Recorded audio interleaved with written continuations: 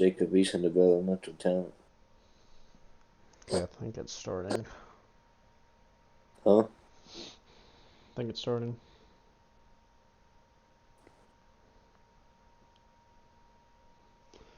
Alright. You are live. Alright. 3, 2, 1. Ladies and gentlemen, welcome to the All Sports Podcast, looking to bring you the most entertaining and analytical podcast about sports there is around.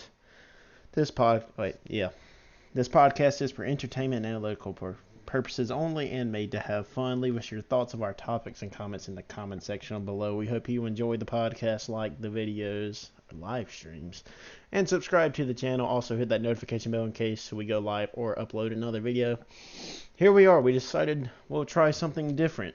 Let's go live stream. Easier to upload. Plus, if we get more fans, then we'll have interaction. But for now, we are where we are. And the NFL draft was this past week, and what were your thoughts of the draft overall, Gentry? I think it was pretty good, but one thing that shocked me is, it's a big key in every draft every year. But I talked about this with you and Gage, a former guest on the podcast, and about how in the NFL the offensive linemen, not offensive linemen, but offense, like the big men on the line, have become weak in the NFL, like injury, and they retire in their early years. So even though that was a problem, I didn't expect that many big boys to go in the first round. Yeah, we do. We do have a couple things we want to talk about. We want to talk about, more importantly, the top 5 picks, and we'll have highlight picks that we think were big picks for certain teams overall. And of course, first off, we'll get into the number 1 pick. It is Mr. Joe Burrow. He started out at Ohio State. He ended off in Louisiana State University. And now he is with the Cincinnati Bengals, winning a national championship. Gentry, give me your thoughts of Joe Burrow. Just him. Well, I like his character. I feel like he has a strong backbone. He's a good leader, and he was kind of humble enough, unlike Justin Fields, to stay at Ohio State. But then he got moved to third string, so I don't blame him. I don't blame him for transferring.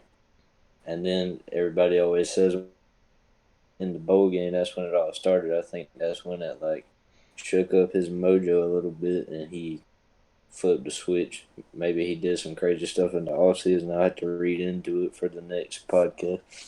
I'm not sure what he did, but whatever he did, he needs to do it for the pros. Definitely, that is a fact. The Bengals got them their future quarterback. You have Andy Dalton kind of simmering down, not doing to what they need. Obviously, they ended up with the very first pick in the draft. And Joe Burrow, you're a Heisman winner. You're a Maxwell Award winner, Walter Camp Award winner, Davey O'Brien winner, many more winners.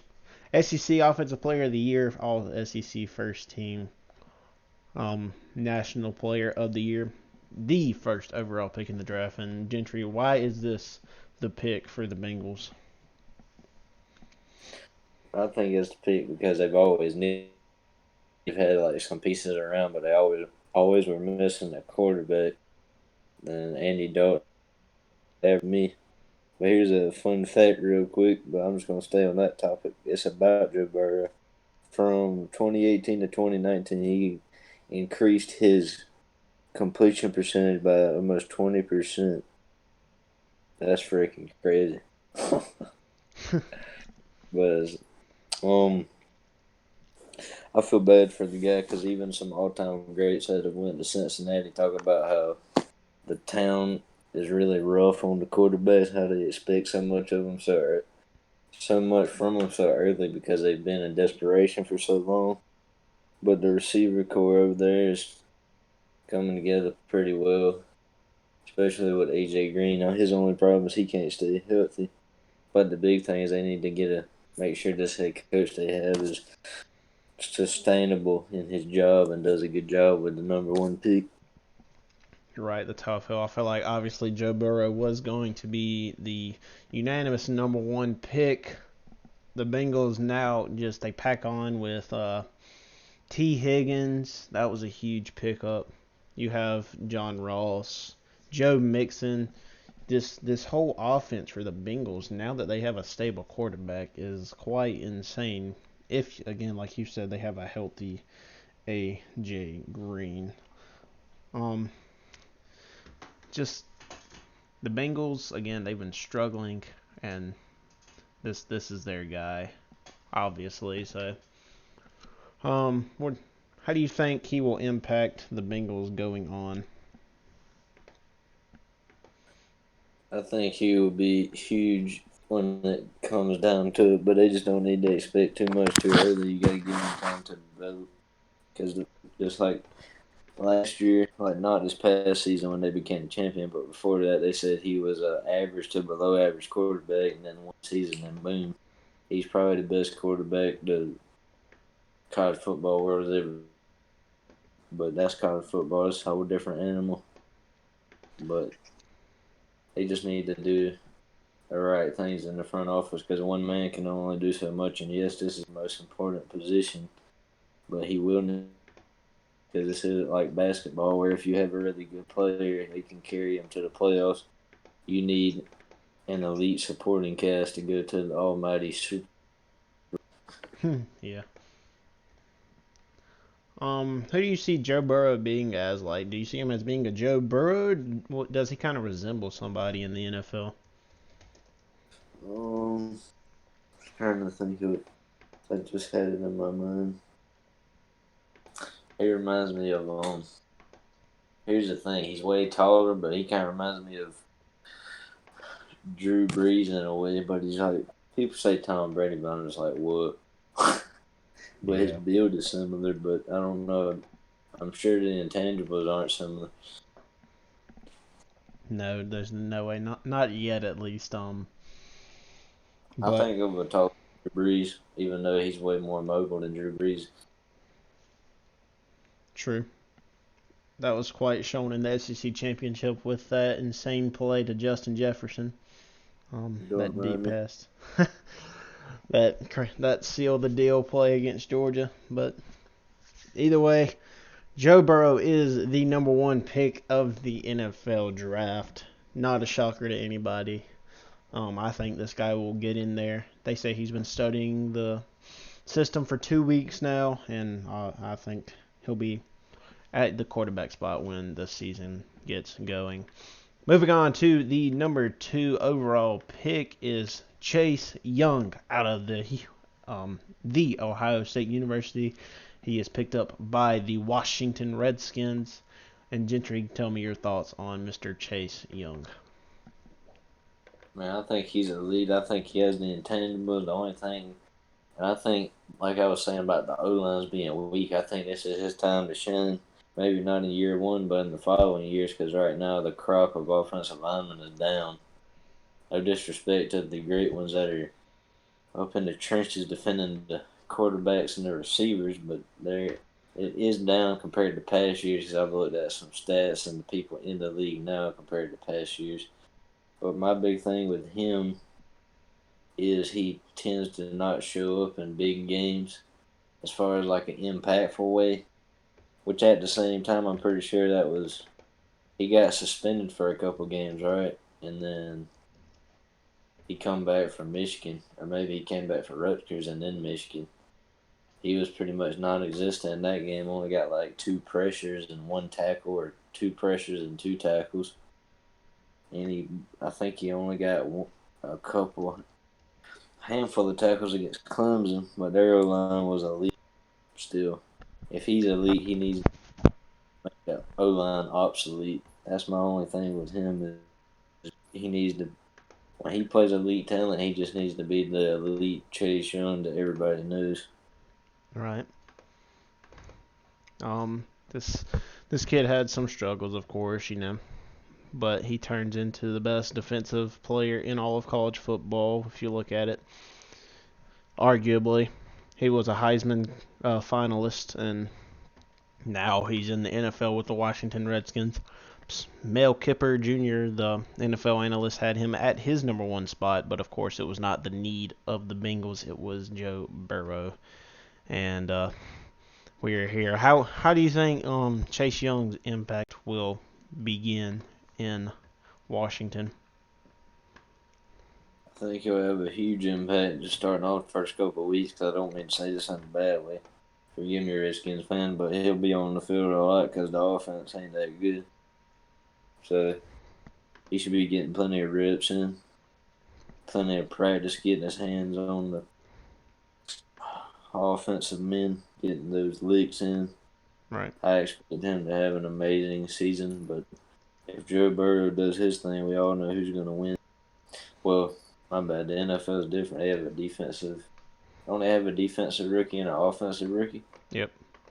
For like Yeah, so AFC and NFC. he'll probably be the defensive man of the year then. Yeah, that's a fair point. Chase Young, phenomenal talent out of the Ohio State University. We're going to pull up some of his stats, his combine profile from the NFL. 6'5", 264. They said he had a pretty decent combine, hence why he is also a number 2 pick.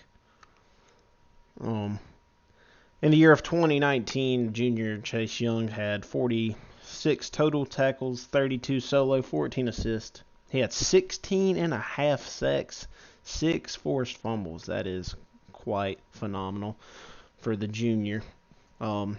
Chase Young, like my colleague said, is looking to make an instant impact for the Washington Redskins.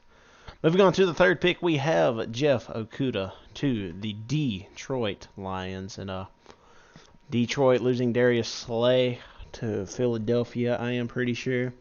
If I didn't know that. Detroit will add Desmond Trufant to get that veteran cornerback. What are your thoughts on this pick by the Lions? Leave you hanging too much for this, but I'm just going to keep it short because, to be quite honest with you, as you can see by my profile picture, if you can, I'm an SEC homer, so I don't watch much of outside of that, but I do know most. I do know about the important people and teams in the league, but my thing was people always talk about the it factor. You may not like this, and you may not like this comparison or this use of how it goes. Maybe you know more about it than I do, but he didn't really jump off my TV screen when I watched him. I'm not saying he won't be elite, but I don't expect that much out of him. And let me pull this back up. The Detroit Lions need a lot more than a cornerback, in my mind, so they could have went somewhere else. Maybe like a receiver, try to help out Matthew Stafford in his final year. But they probably don't even care this year, to be honest. They're trying to rebuild. But, I mean, I think he's a solid athlete, but I just don't know that much about him, to be honest.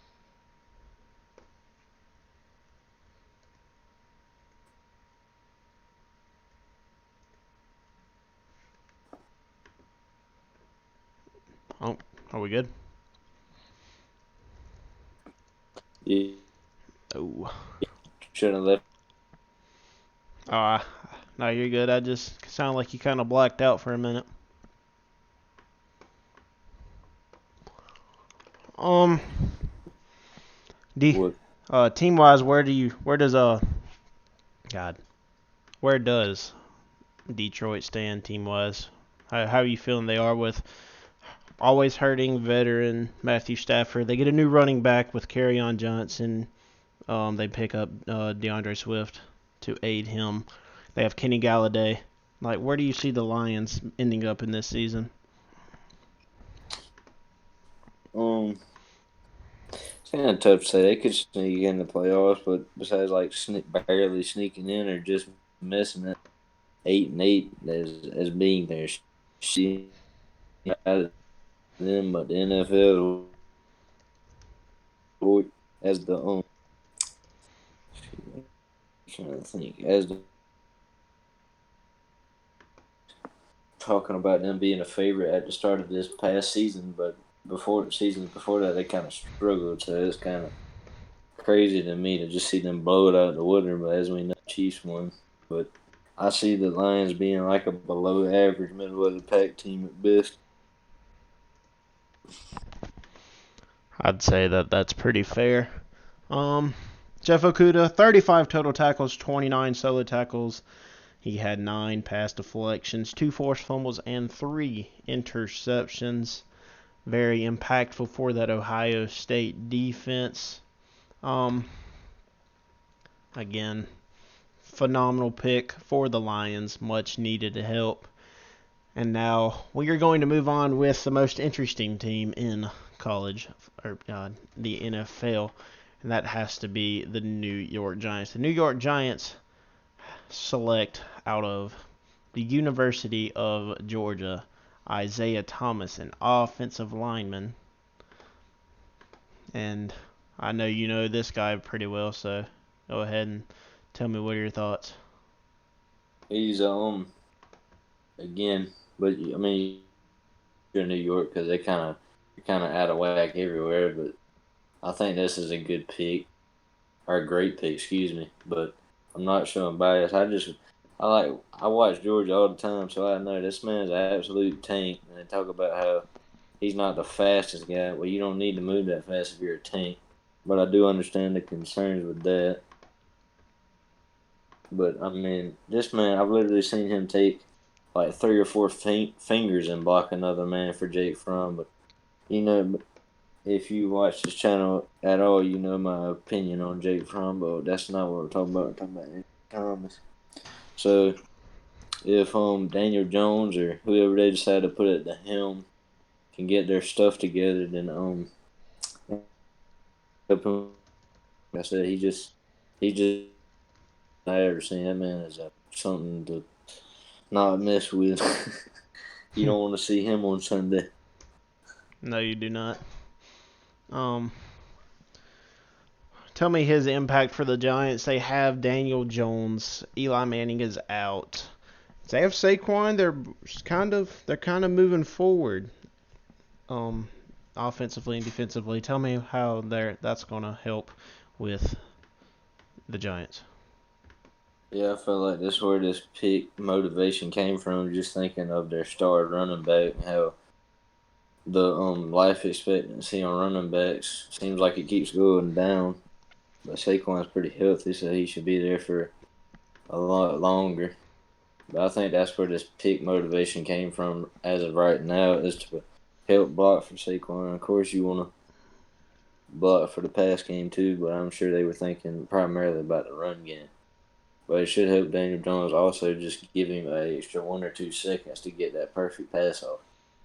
But I've heard Coach Kirby Smart talk about how good of a young man this guy was and how good of a leader he can be, leading the offensive line group, being that he was the captain. Put up some amazing numbers.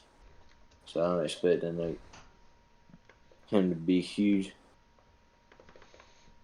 Right. Um, Isaiah Thomas was a part of that big front line for the Dogs. Just absolutely insane offensive line. You couldn't get back there if you even tried to plow a hole through them. Um, just how big he is. Like I know Solomon Kinley goes to the Dolphins later on, second round. They're gone. Uh, just these big brutes. Some people will say that this was a questioning pick by the Giants, but honestly, in reality, all they need is somebody to block for Saquon. And if you get that somebody to block for Saquon, then he's going to be sitting pretty still. Where do you see the Giants moving forward with this pick?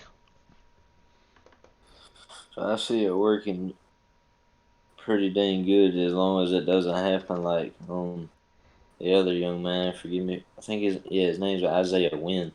When he got in practice, he tore his ACL. As long as that don't happen and he stays healthy, then this pick should pay off for them. Is what I'm thinking about it. Yeah, I'd agree with that 100%.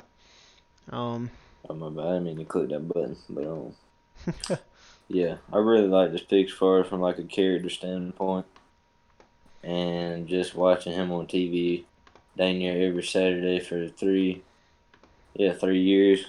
Seemed like it was only a year as fast as college football goes, but yeah, I mean, I loved watching this man play because nobody really pays attention to the offensive line, but I appreciated the work he did and put in. But Uh, that's all I got to say about that young man. of course, you have to appreciate the big brutes up front. Moving on forward to our last, honestly, our necessary pick, the number 5th pick in the 2020 NFL Draft. It is the man from Hawaii, the man from the University of Alabama, Tua Tagovailoa. And I know my colleague absolutely loves this man from 2018. Go ahead and tell me your thoughts on the Miami quarterback, new franchise quarterback.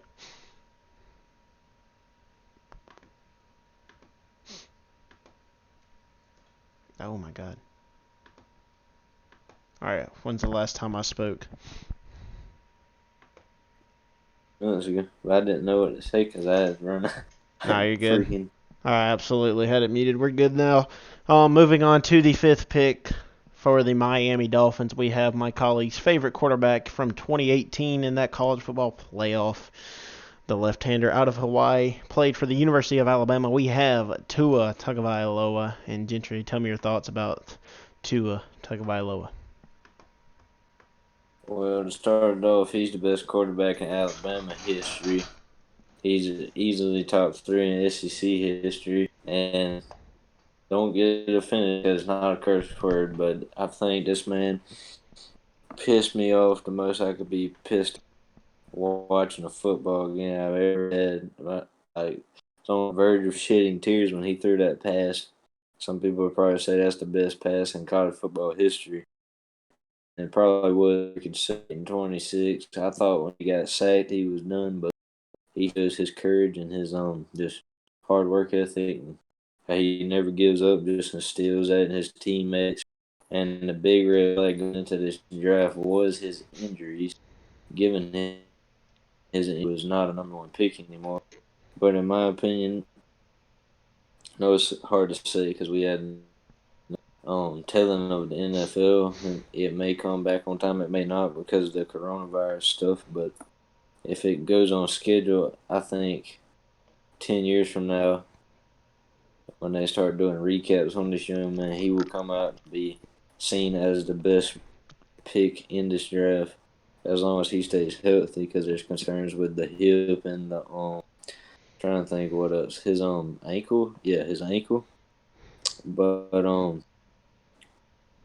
yeah, because he got injured against Georgia when Jalen Hurts let him come back. That was kind of like a take your turn on who wants to make a comeback on my favorite team. But that's I hate talking about that. But yeah, man, just his intangibles and his work ethic and his arm is freaking insane. He's got a cannon for an arm. Just his speed too. Speed's very underrated. The only thing he needs to watch out is in college football past couple seasons.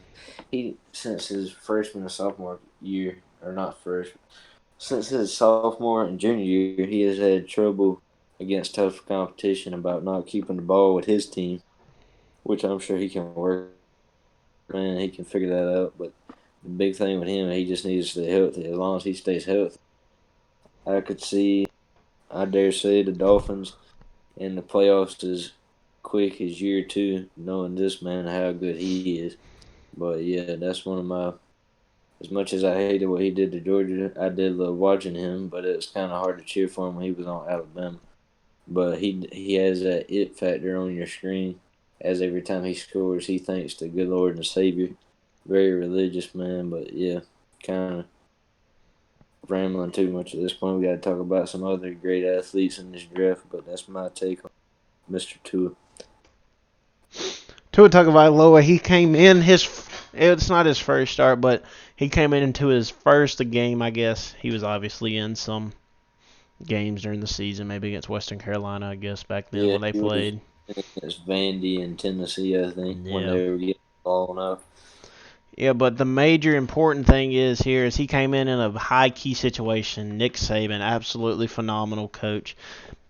Obviously, his main guy, Jalen Hurts, wasn't getting it done, and so he said, you know what? Why not switch it up? So we're going to this guy, this freshman from Hawaii, and let's see what happens. In Georgia, they kind of had it, they had him stopped, but just getting help from defense, and they got right back into it. And of course, on second down and 26, he let it fly to Mr. Diggs, and next thing you know, what, Alabama is the national champions, of course. But Tua, he will have an immediate impact for the Miami Dolphins. They just picked up Matt Breida. That'll help with the run game. Um, they have plenty of offense from wide receiver standpoint. Um, how do you think the Dolphins will do this year? Actually, Um, I don't expect to. They always would, even though when they were having a down season, they like shot and shot the NFL. The most getting this year. The trying to think of their team as a whole, but I don't have it like it in front of me, so I can't really. It's kind of a rebuild. They're up that high in the draft, so the most wins I could see them getting this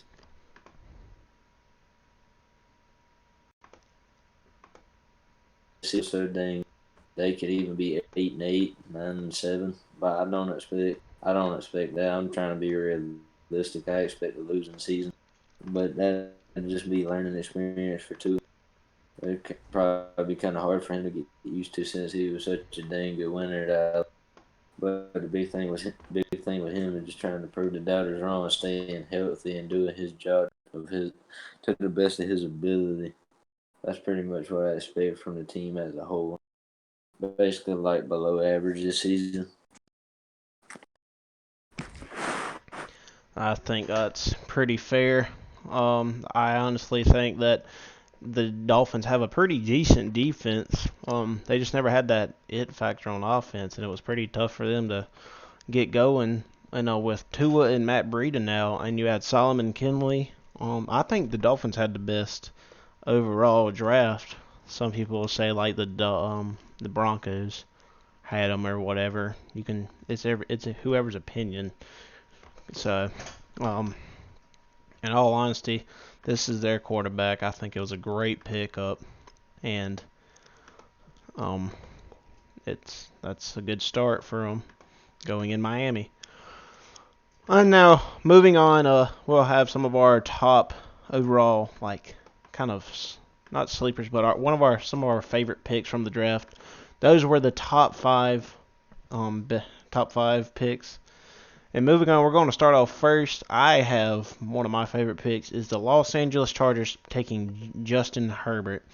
And I love this pick because you just lost Phillip Rivers. Not that that was a big deal for you, but you now pick up this young man.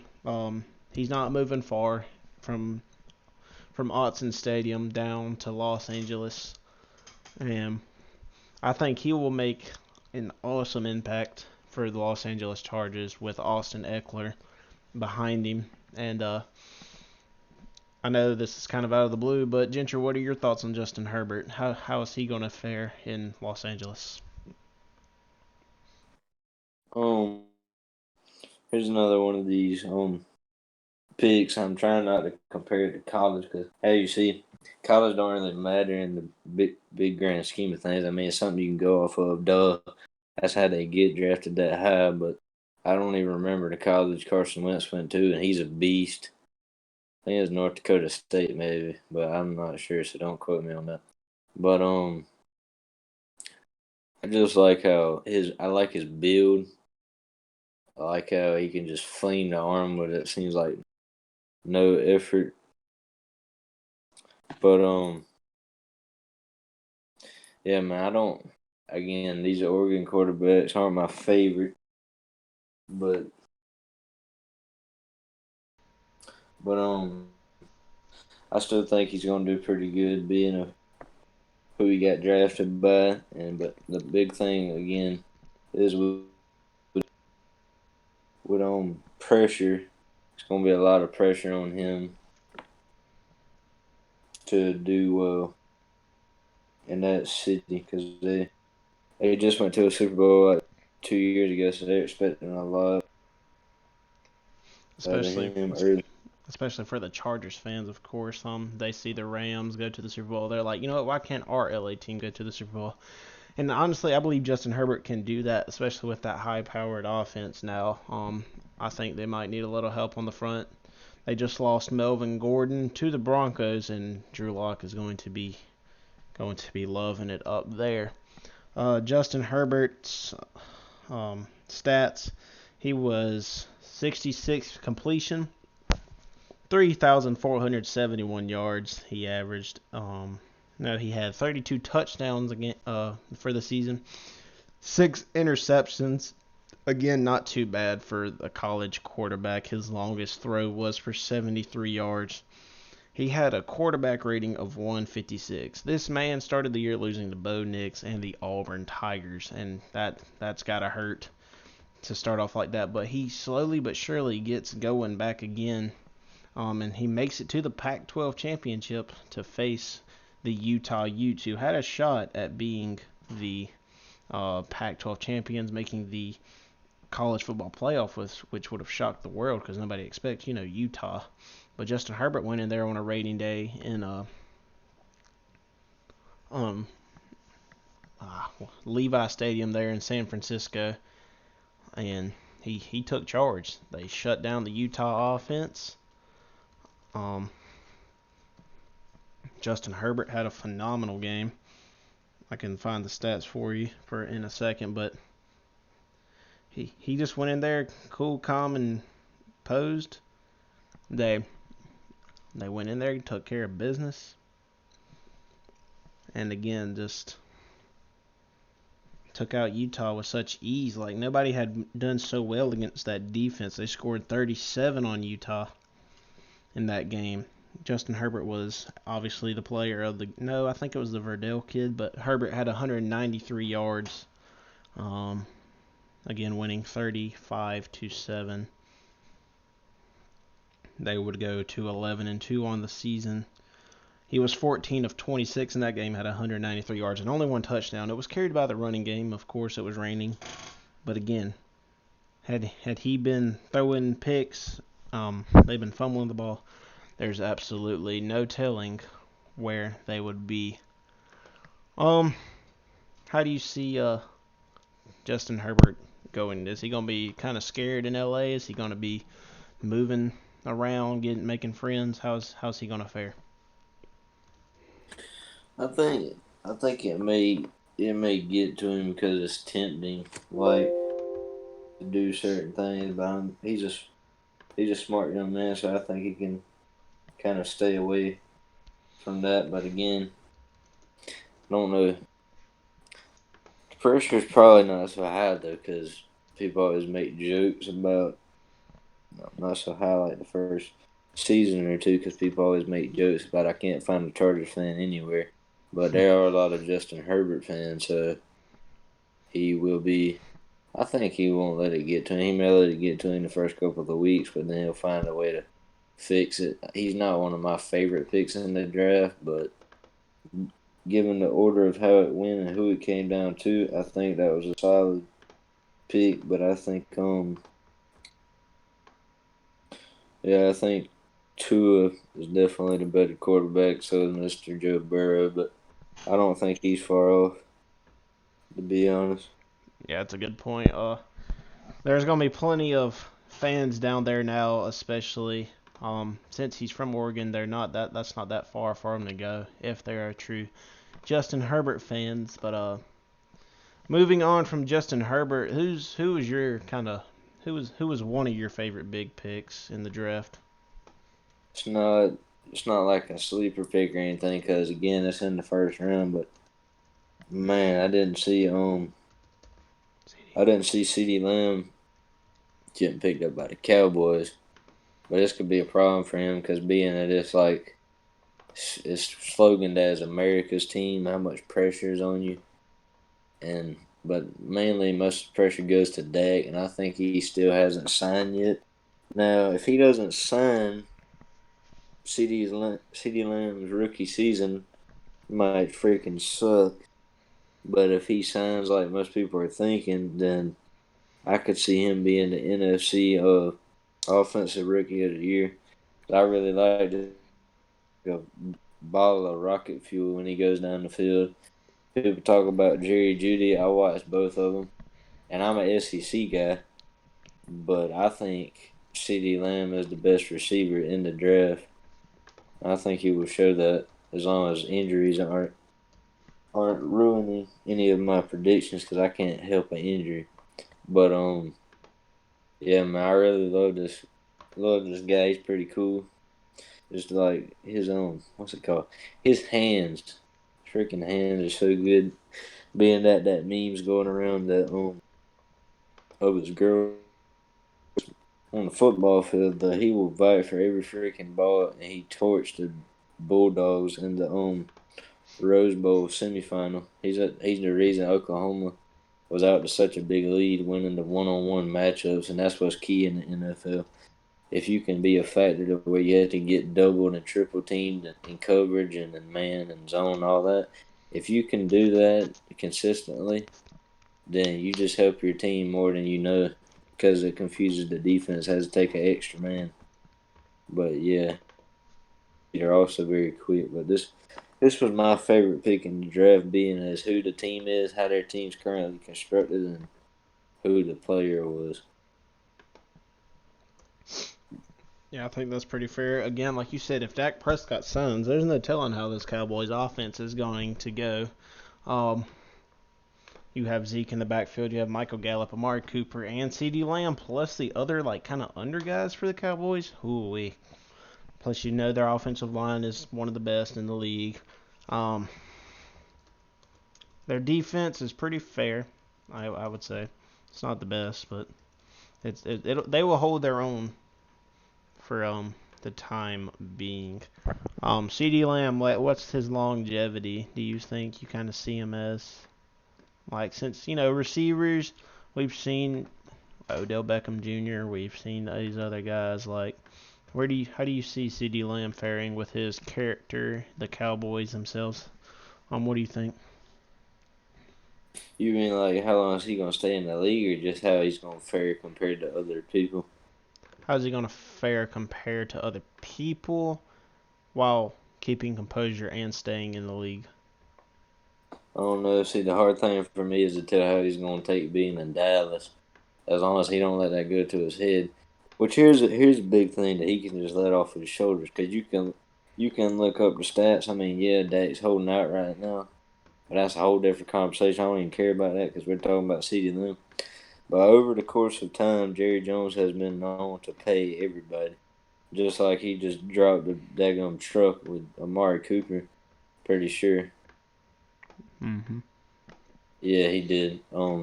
So as long as CeeDee Lamb puts up numbers and just doesn't get into trouble, shoot, even if he gets in trouble, as we've seen with Zeke, he still got the bag. So all he's got to do is keep his faith in the Lord and stay out of drugs and crap like that, and just stay on the right path. And I think he'll be.